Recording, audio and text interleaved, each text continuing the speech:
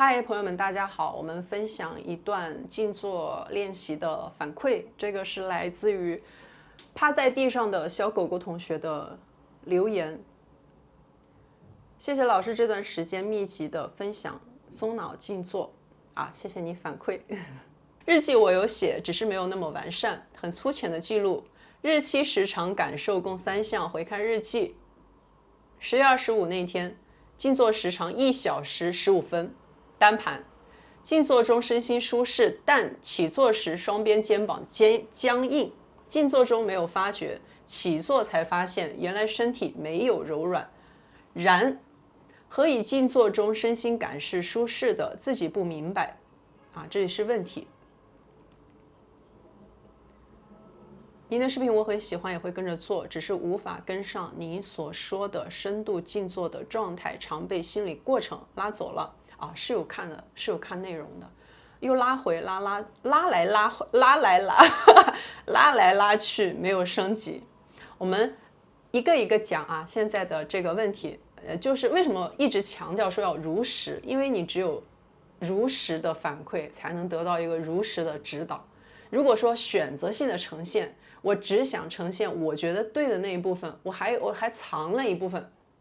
当然这个过程它是也是会有一个自己的训练过程，就是可能初期我还是会有藏，但是慢慢呢就会习惯这种完全性的袒露。这种袒露还是那句话，不是写内心 OS， 就是非常把我真实的状态有什么写什么完全的呈现出来。你只有如实的反馈，才能得到一个真实的指导。这样呢，最后受益的是自己。日记的格式在静坐方法14有分享，就是日期、时长、姿势，还有一个放松的程度。0是最松，10是紧绷。0就是完全不用力了，就是这个肌肉的状态。然后接着下面3大项就是身体、大脑和注意力。日记首先按照这个格式去改，以后养成这个习惯去记。接着静坐时长1小时15分，过去肯定是有这种冥想打坐的经历的，我感觉应该是有啊，不然做不到1个小时，那也不能说打了1个小时盹是吧？盘腿坐在那，这个时长我们就可以调整一下，去掉这个1小时，或者我们可以再除以2，5分钟、10分钟就可以了，不要浪费那么多时间，这样没有效率的啊。我们静坐讲的是静坐的效率。不是说做的时间越长越好，而是说我静坐5分钟就是5分钟的效果。这个效率是怎么算的呀？在初期的时候，就是全身放松的这个时长除以我的静坐时长。在熟练之后呢，我们就逐渐会体验到大脑仁放松的这个感觉，所以是松脑静坐。身体完全放松之后，才会逐渐体验到脑袋放松的感觉啊！在身体很紧绷的时候是不可能有这种体验的。放松时长除以静坐时长，这个才是效率。那1个小时自己看一下，1个小时15分钟，自己记不记得大概放松了多久呢？对不对？是不是说只有坐下来的那一刻啊放松了，然后我就接下来就没有管啦？通常可能是这个情况。那时间调整，5分钟开始，10分钟开始，就是这个，不要担心这个时间会不会短啊，不要怕，就这么短。早上一做，晚上一做。早上练习呢，就是清洗昨天的睡眠痕迹；晚上静坐呢，就是清洗白天的这些活动的各种，就是清理这种缓存啦，就是形成这种早晚的习惯。不用做太多。有条件的话，中午可以稍微做一做，就是不想午休的话，中午可以用这个静坐来代替一下，再多就不要了，不用训练那么多。静坐中身心舒适，但是起坐时双边肩膀僵硬，看到没有？就是说，只要我们把这个日记真实的写，那答案就在怎么调，答案就在日记里面了。也就是意味着我在坐中。其实这个身心舒适是因为你坐下来之后，你起坐的时候回看这一个整体的感觉，它不是说你1小时15分钟分分秒秒持续的舒适，持续的放松。我们可以把它想象成一段视频里面的每一帧，你可以回忆起你的每一帧吗？你是有印象的吗？不一定了，对吧？也就是说我们在做中的时候其实是完全忽视了自己肩膀肌肉的这个紧张程度的，完全忽视了。起坐的时候才发现一直紧绷，一直端着在。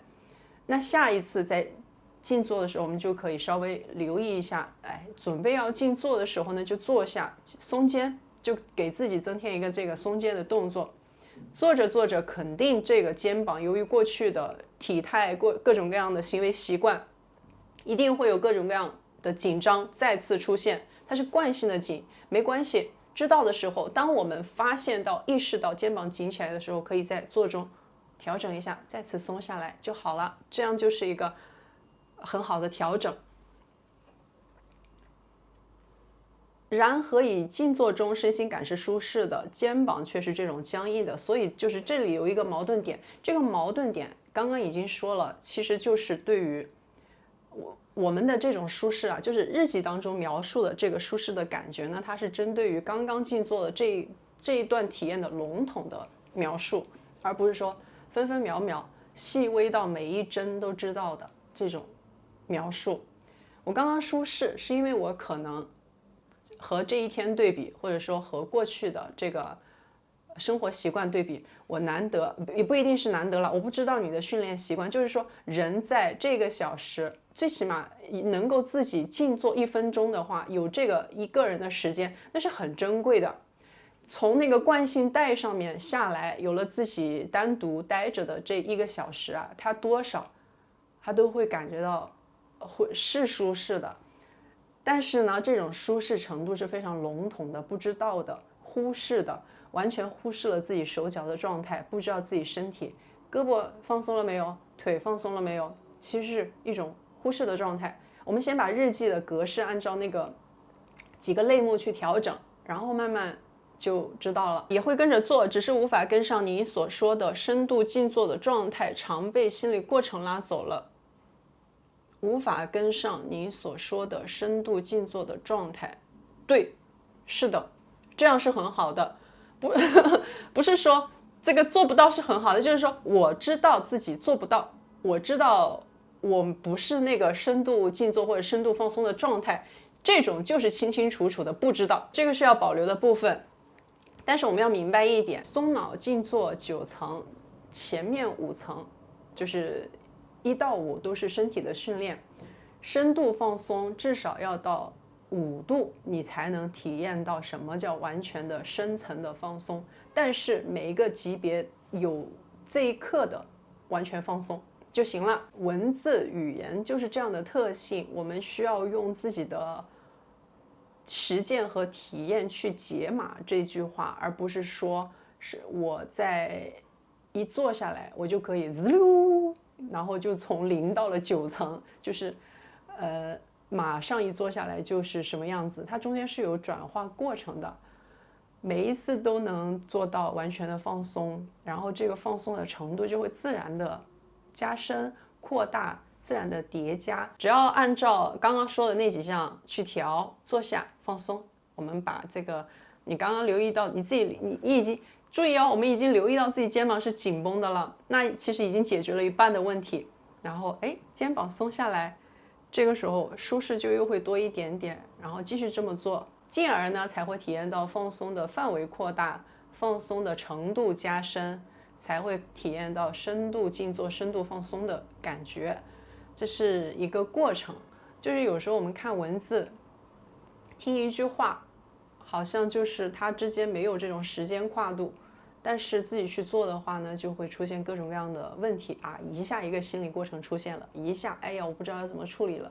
遇到了这种具体的问题，然后才知道要怎么解决，也就是看到了问题就等于解决了问题的一半。接下来就是顺着简简单单去调整一下就好了。好啦，这个分享就是以上这些内容，感谢订阅，再见。